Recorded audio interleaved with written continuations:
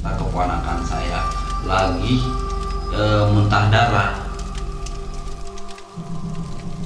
Ada makhluk astar yang lagi megang keponakan saya. Ya, rambutnya panjang dan tingginya ada 3 meter. Kenapa suka sama keponakan saya? Kok mau dimatiin?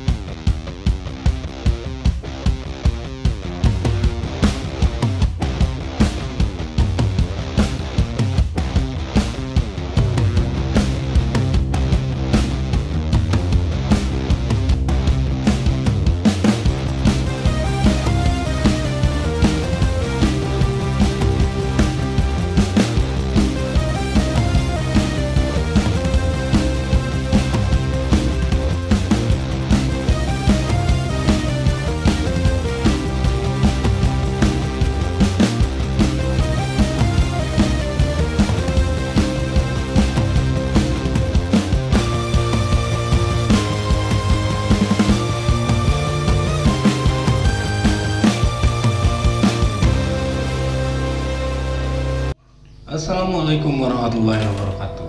Ketemu lagi dengan saya Ade Akung. Gimana kabar kalian? Semoga baik-baik saja. Dan semoga selalu dilimpahkan rezekinya serta dimudahkan urusannya. Sebelum mulai cerita, jangan lupa like, komen, dan subscribe. Dan untuk obras kali ini, ada seorang yang mempunyai pengalaman horor dalam keluarganya. Dan ini dia. Assalamualaikum. Waalaikumsalam warahmatullahi wabarakatuh. Dengan Bambang. Dengar-dengar Pak Bambang punya pengalaman horor gitu di keluarga. Ya, itu suatu pengalaman dulu 1 tahun yang lalu tentang keluarga saya. Sifatnya alok dalam istilah Sunda itu. Dan Pak Bambang nih kegiatan sehari-harinya apa gitu? Kadang saya berjualan dan pengobatan alternatif, tapi itu juga kalau ada yang membutuhkan baru saya tangani. Kalau nggak ada yang membutuhkan, ya biasa santai aja di rumah. Karena menurut informasi dari tim saya gitu, Pak Bambang ini seorang gimana ya, paranormal atau gimana gitu. Orang biasa, tapi ya kalau kepepet sih insya Allah gitu ya. Bisa kalau ada izin Allah bisa juga ngobatin lah sedikit-sedikit tapi. Dan bisa diceritakan kisi-kisi dari cerita ini, gambaran yang mau Pak Bambang nih ceritakan. Intinya tentang saudara saya, ya Allah lah kalau istilah Sunda itu Allah. Orang anak Allah dicekik oleh makhluk astral. Dicekik oleh makhluk astral. Ya. Dan mau tahu ceritanya? Simak cerita berikut.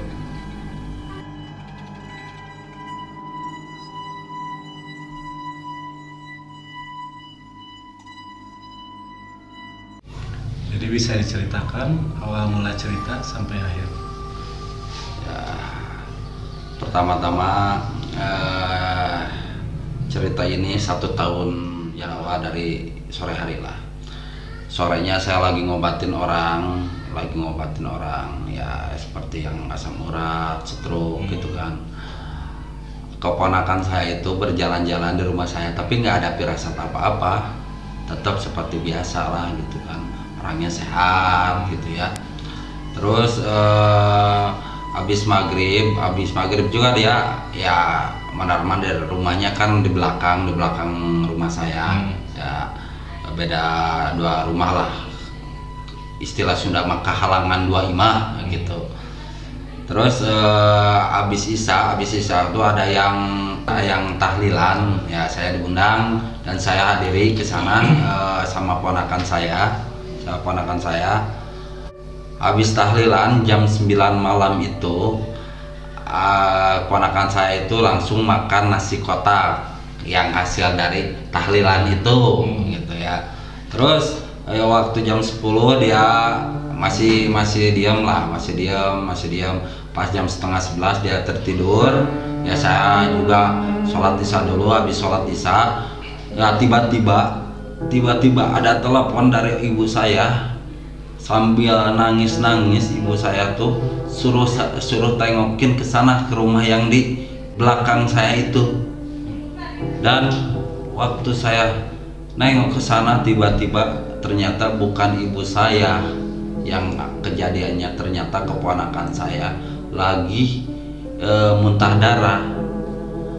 Pas saya dibuka pintunya, saya lihat dengan mata batin saya, dengan mata batin saya itu juga belum tentu benar, nggak tahu enggak, tapi saya lihat dengan mata batin saya ada makhluk astar yang lagi megang keponakan saya. Dan ya orang lain pada banyak yang nengok, yang melihat, belum ada yang bisa menyembuhkan, tapi insya Allah lah saya yang masuk ke dalam ya, saya sebisa mungkin berdoa sama Sang Yang Kuasa, sama Allah gitu ya, sama Allah saya berdoa, terus saya obatin ya, saya berdoa alhamdulillah ya dia agak sadar sedikit tapi belum sadar sepenuhnya. Terus itu ponakannya waktu siangnya kemana mungkin, atau kemana gitu, main kemana? Waktu siangnya sih dia main di kawasan Gelar, tapi nggak apa-apa lah, itu mah lagi haul keluarga. Masih normal lah gitu? Masih normal. Kirain main ke gimana, tempat-tempat sepi atau main ke? Nggak sih, di tempat keramaian juga, sama tempat keramaian gitu. Tapi ya nggak tahu itu juga kejadiannya. Tapi pas kejadian itu keponakan saya itu muntah darah banyak banget. Pas saya lagi berdoa masih banyak darahnya di bajunya. Habis itu saya berdoa, alhamdulillah ada reaksi dia agak sembuh sedikit tapi belum sepenuhnya sembuh. Masih sukmanya itu masih jauh lah, istilahnya sukmanya jauh. Oh, jadi penglihatan Pak Bambang nih udah gak ada sukma atau masih ada gitu?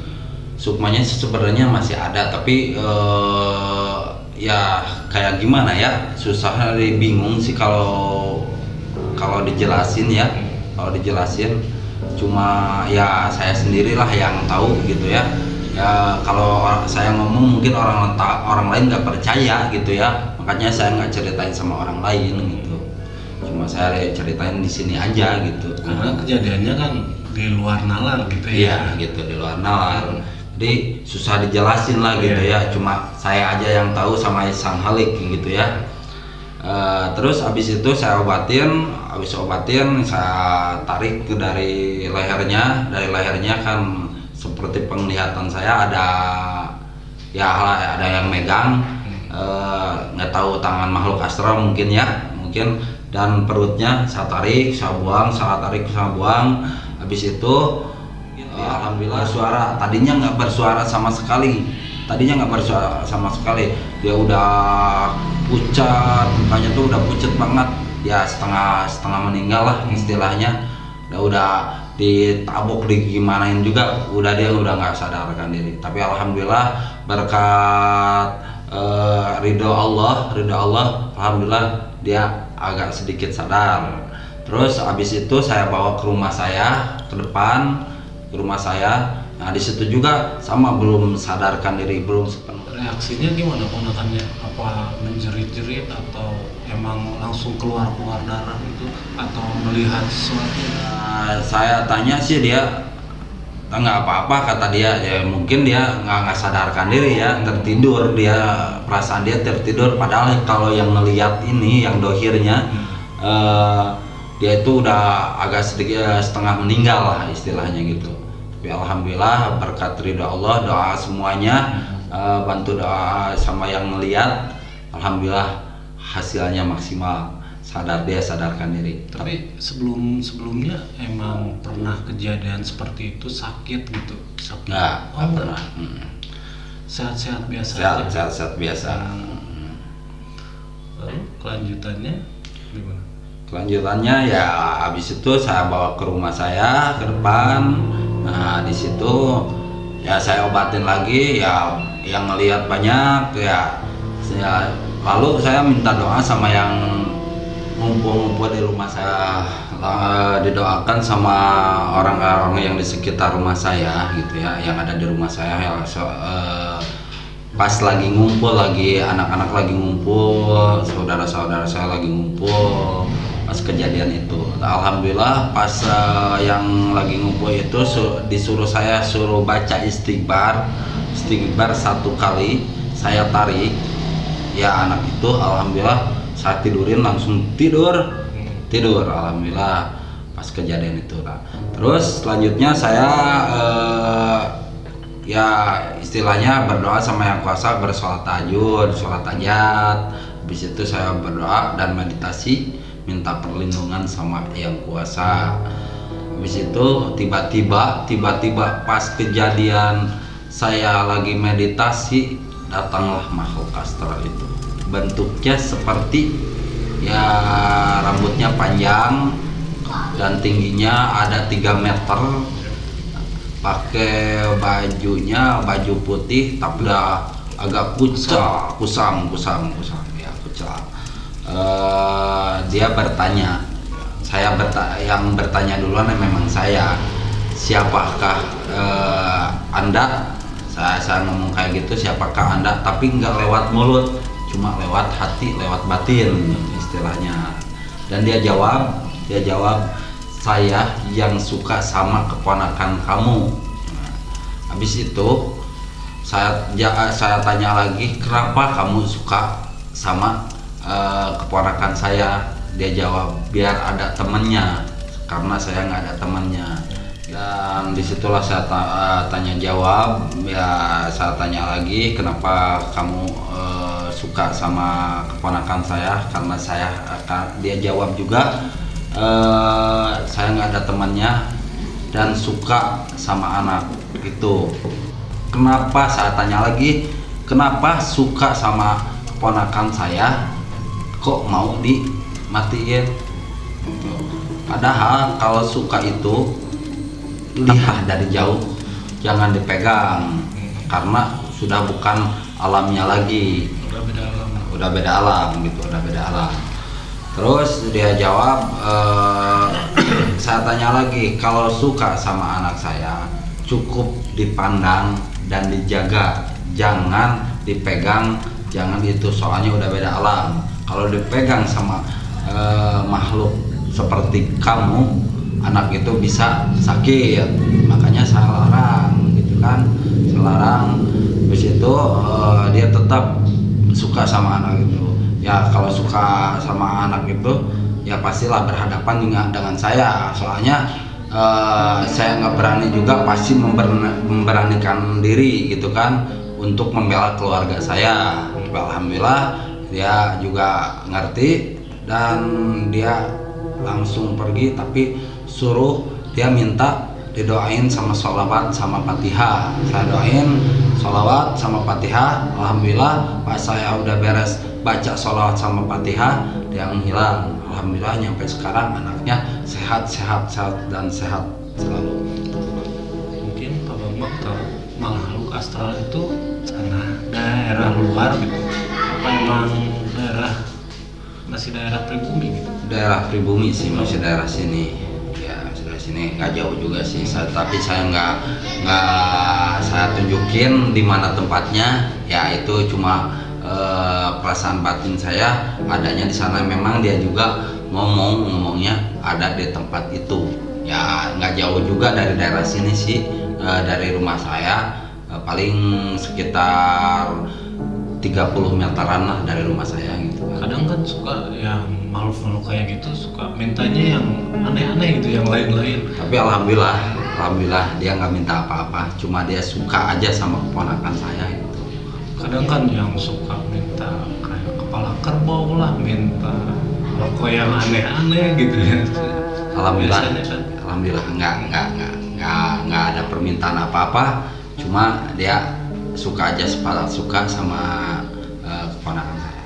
Alhamdulillah itu nggak ada permintaan apa-apa, dia mau pulangnya juga nggak mau, cuma mintanya sholawat sama fatihah aja, saya anterin sama sholawat sama fatihah. Alhamdulillah dia menghilang sampai sekarang, dia ya aman lah, insya Allah gitu, aman. Keponakan saya juga sehat-sehat selalu, alhamdulillah, nggak pernah dia sakit-sakitan terlalu parah. Alhamdulillah semenjak kejadian itu ya saya juga ambil hikmahnya juga. Oh, udah dari doa Allah, mungkin doa saya diterima. Ya berkat doa semua juga, bukan doa saya, berkat bantu doa sama yang ada di situlah gitu. Nah, mungkin Pak Bambang pernah kejadian yang pasien gitu, terus ada yang ngikutin kayak gitu? Tapi alhamdulillah sih, semenjak saya ngobatin yang kerasukan juga, cuma saya bilang assalamualaikum, saya pandang matanya, dia nggak berani mandang saya, ya cuma baca, ya istilahnya saya berdoa sama yang kuasa, cuma baca bismillah aja, alhamdulillah ya langsung nggak ada keluar, insya Allah gitu ya. Itu juga kalau udah ada ridho Allah, kalau belum ada ridho Allah sama aja susah gitu kan. Tapi insya Allah lah. Pertama saya pernah ngobatin, pengalaman saya yang kedua ini, saya pernah ngobatin orang yang kerasukan, saya liatin dan saya pegang tangannya, dia kepanasan, nggak tahu kenapa, saya juga heran saya pegang tangannya sama satu jari ini saya pegang, saya bilang Allahu Akbar, nah kepanasan, dia langsung keluar, alhamdulillah nggak lama juga gitu kan. Nah, ini ada pesan nggak buat pemirsa gitu? Rata-rata kenapa sih pasien bisa kerasukan atau kenapa gitu? Itu disebabkan dia pikirannya kosong yang utama, ya itunya juga apa, karena belum makan, ya pikiran kosong itu cepat kemasukan makhluk astral itu ya. Tapi kebanyakan nafsu orang itu, bukan kerasukan, kebanyakan tuh nafsu dia sendiri ya, nafsu. Tapi ini kejadian keponakan saya, kejadian yang paling itu apa, aneh dalam sejarah pengobatan saya ini, aneh banget gitu. Dikarenakan kan keponakannya belum dewasa lah. Nah itu jadi nafsunya gimana? Terpendam. Kalau yang ini yang udah dewasa, kalau kerasukan itu biasanya nafsu itu mah, bukan dari makhluk astral yang sebenarnya gitu. Kalau yang kerasukan makhluk astral yang sebenarnya dicubit juga dia nggak kerasa. Kalau nafsu dia dicubit juga kerasa. Makanya kebanyakan orang yang kerasukan itu nafsu, bukan kerasukan makhluk astral, nafsunya sendiri itu mah. Tambah pikirannya juga kosong. Nah itu kosong. Dan selesai sudah cerita dari Pak Bambang. Banyak hikmah yang kita dapat, yaitu dimana pikiran kita jangan sampai kosong dan selalu mengingat kepada Sang Kuasa. Dan bila mana dari kalian mempunyai cerita horor ataupun saat pendakian, bisa kirim email ke saya ataupun DM ke IG saya. Saya Ade Akung pamit undur diri dan terima kasih Pak Bambang Ya, sudah sama-sama. menerima kami datang ke sini. Ya, sama-sama. Dan wassalamualaikum warahmatullahi wabarakatuh.